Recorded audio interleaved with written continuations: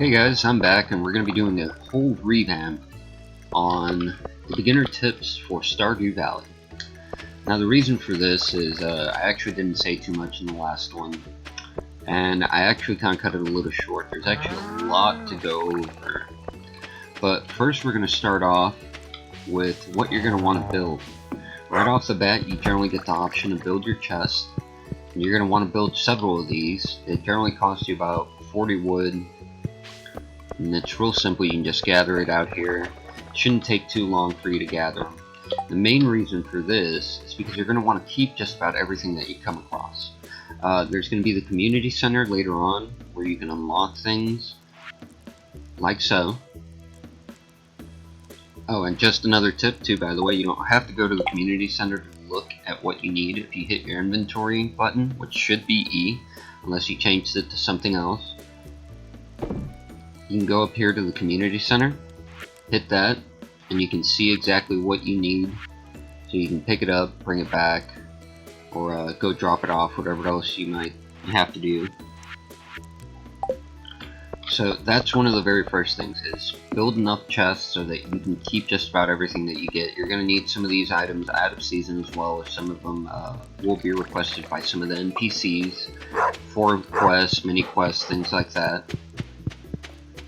The second thing that you want to do is, of course, plant down as much stuff as you can. That's always going to bring in money for you. If you can, get some of the buckets here and place them along the trees. That'll make either tree resin, or it will give you honey, or not honey, what am I saying? Maple syrup. My apologies. But gather up as much wood and everything else, leave a few trees down.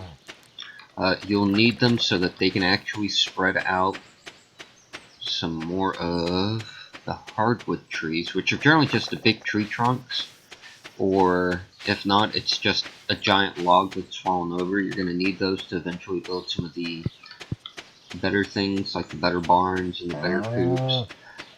But before you build those, build a silo. If you build the barn or the coop and you start housing animals and you don't have a silo, then there's nowhere for you to put any of your food. So this grass here that you cut down turns into hay. It's not going to go anywhere. You won't be able to feed your animals, but be sure to build a silo first. And it's actually pretty cheap. I want to say it's got like 100 gold and a few hundred stone and maybe some clay. Which clay can be found by the little worms that stick out of the ground. Let's see if we can't find some real quick. Oh, that's if I don't get myself stuck.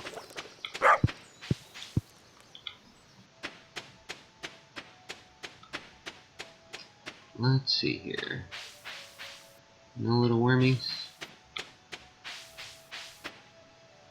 Oh, here they are. Now they're somewhat easy to spot in this area, but when they're in the grass they're a little bit harder to find. But just keep an eye out for them. They'll give you random items, they'll give you clay, they'll also give you books that go back into the library, and you can read those. Always be sure to pick up the foraging items. You can use those not only to sell, make extra money, or you can just give them to people so that you can increase their friendship. Let's see here, let's go to their social. As you can tell, I've been working on Abigail here.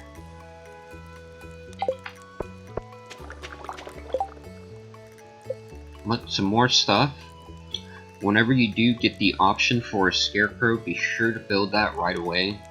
And I want to say the limit on the scarecrow is 8 squares, but basically what he does is he keeps all the crows away from eating your food, because crows will show up and they will eat your crops.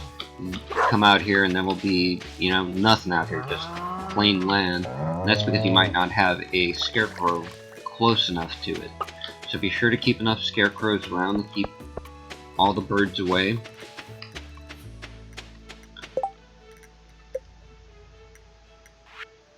And be sure to build any of these items as soon as you get them, especially the preserve jars. The preserve jars, you'll be able to use a lot of your fruits, vegetables, or even some of the other random foraging stuff that you might come across.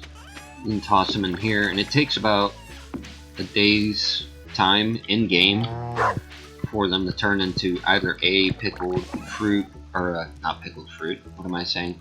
Pickled vegetables or jellied fruit. And then, of course, you've got some ale makers as well. You will eventually get the option to build these, and these are actually sprinkler systems, and they're really good to keep track of your fields. I'm messed up right there, but don't mind that. But it'll save you a little bit of time so that you can avoid all that. Now in the very beginning, I know that you're going to be struggling probably a little bit for money, and this might seem a little weird. I find it kind of funny, but you can actually go throughout the town and if you come down here to their trash cans, oh, now if you do this in front of people, they'll actually kind of question you about it, see? But you can go through their trash, and you will find items in here. I've actually found, what was it, the red snapper, which I needed to finish one of my community unlocks for, which I thought was really silly. So we can't keep going, maybe find something around here.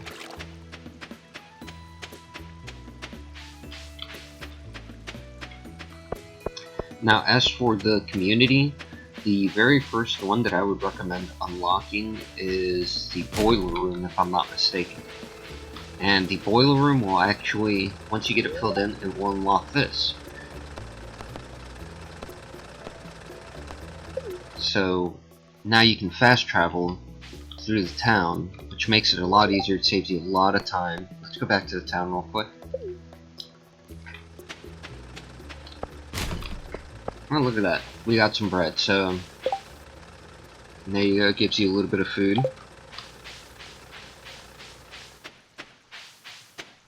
But we'll head over to the community center in a moment and show you where the boiler room is.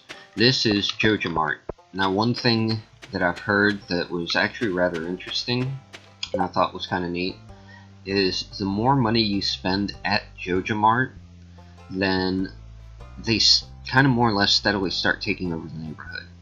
It's kind of like, you know, one of these big corporations, they move into a small town, start driving the small business, you know, out of business. Sorry for lack of better terminology there. But that's more or less what I've heard happens. Now, I haven't bought anything from them, so I'm just going to continue staying away. But this up here will be the community center, and it'll eventually unlock. Right at the very beginning, it won't be fully unlocked, like you'll walk up to it and it'll say that the door is locked. But eventually Lewis will let you in, and it'll of course show you the glowy tiles, where if you bring in said items, drop them off, it'll fill in, and eventually it'll unlock something out in the town itself. And this one is the one that I was stating beforehand, that unlocks the little fast travel carts throughout the town, which again are great help, great asset. Let's run back here.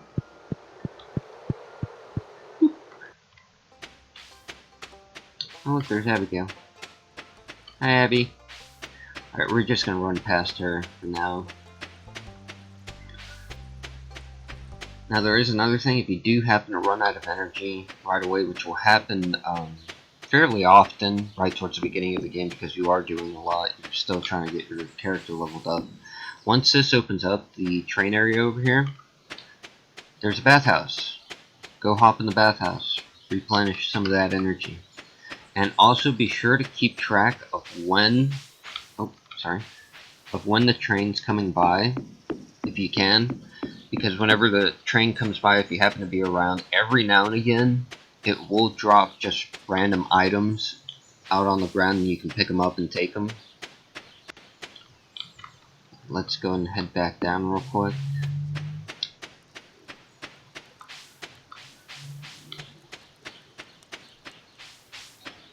Oh, she's out here playing the flute again. Let's see what happens. Nothing? Ah, she won't let me. Beforehand, we had a little date encounter over here underneath this tree. But let's head back to town for now.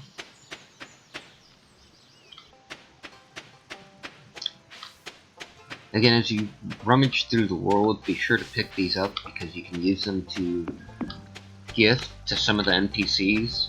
And the more you give to them, of course, the friendlier they'll become, the more quests you'll get, things like that.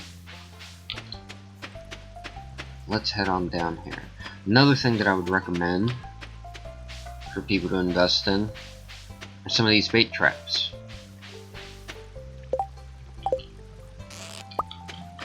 You know, you set them down, you'll get the bait either A from Willy, which you can buy. I want to say they're 5 gold. If I remember correctly, you get 5 for 5.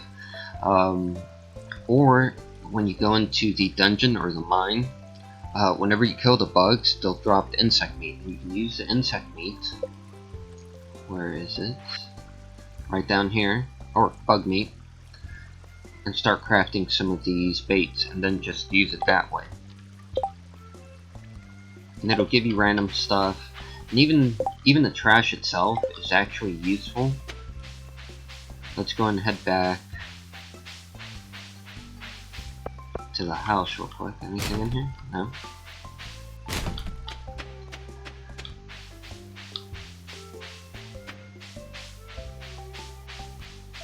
Okay, there we go.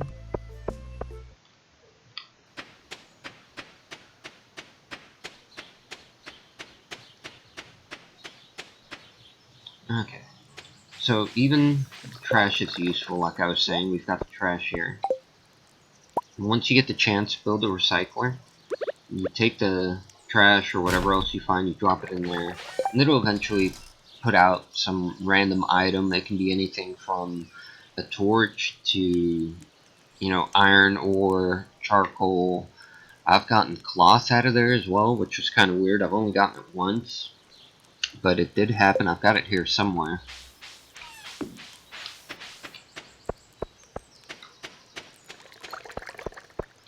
But that's really about it. Be sure to save up everything. Again, you will use it, and it does come in handy. As soon as you get a new recipe, be sure to look into what it requires so that you can start building it, because just about everything that you can build does help. It'll cut down on time. It'll let you run around a little bit more in town, do things that you want. Oh, and last but not least, sap. You'll be getting a lot of this from the trees as you cut them down. But again, hold on to it because you can use it to create basic fertilizer, and it'll increase the quality of your crops. You will get a whole bunch of random stuff like this. It's always good to keep it so that you can build it later. I don't think I've missed anything, but let's just be sure. Oh, for those of you curious as to how this opens up, wait until you talk to, who is it? Let me see here. Demetrius. Demetrius will have you do certain quests, and at one point he'll have you do a geology quest. After you complete the quest, he'll come back to your house. Of course, he'll come by, and he'll actually give you the option of either A, having mushrooms, which is the option that I picked, or B, having bats. And the bats will come by and periodically drop off fruits that are supposed to be in season with whatever season you're in, of course. So spring, you know, you'll get spring fruits, fall, you'll get fall fruits, summer, you'll get summer fruits, and so forth. But that's how you unlock that. Other people have questioned how you unlock the sewers, and the only way to unlock the sewers is to actually get 60 items to Gunther, or Gunther, whichever way you want to pronounce it. As you do give him items, he will give you random things like seeds, and or a little decorations, because I got this bear from him. I know there's been a few other things. I wanted to say I got the skeleton from him as well. So hold on to items like the drum. I've already identified it, but of course, when you first get it, you won't know what it is, and it's better to just get it out of the way. Go over to Gunther, drop it off. That way, any other ones that you do get, you can keep and either A, stash away, or B, sell, whatever you want to do with them. But that's really about it, guys. Be sure to stay tuned for some more Revamp videos. Hopefully this was a little bit better than the previous one, but we'll get back to you again later on. Be sure to subscribe and enjoy.